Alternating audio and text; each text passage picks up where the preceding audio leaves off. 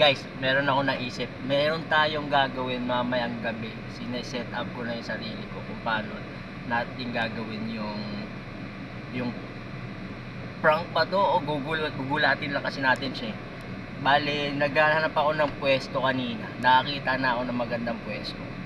I-execute na lang natin. And eto siya.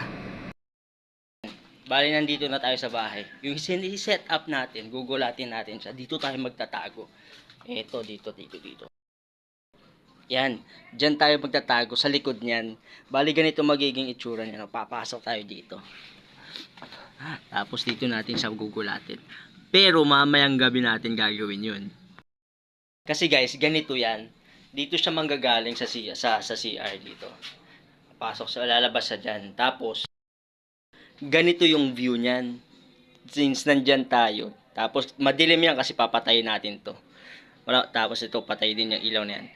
Diyan tayo nakatago. Hindi na tayo mapapansin yan. Kasi kadalasan, dire-diretso lang dumadaan dyan. So, dito siya lalakad. Tapos, andito tayo. Gugulatin natin siya dito. Tingnan natin yung magiging reaction. Nandito na siya. Tingnan nyo mamaya. Game? Ayan na guys, nandito na tayo. Game na to.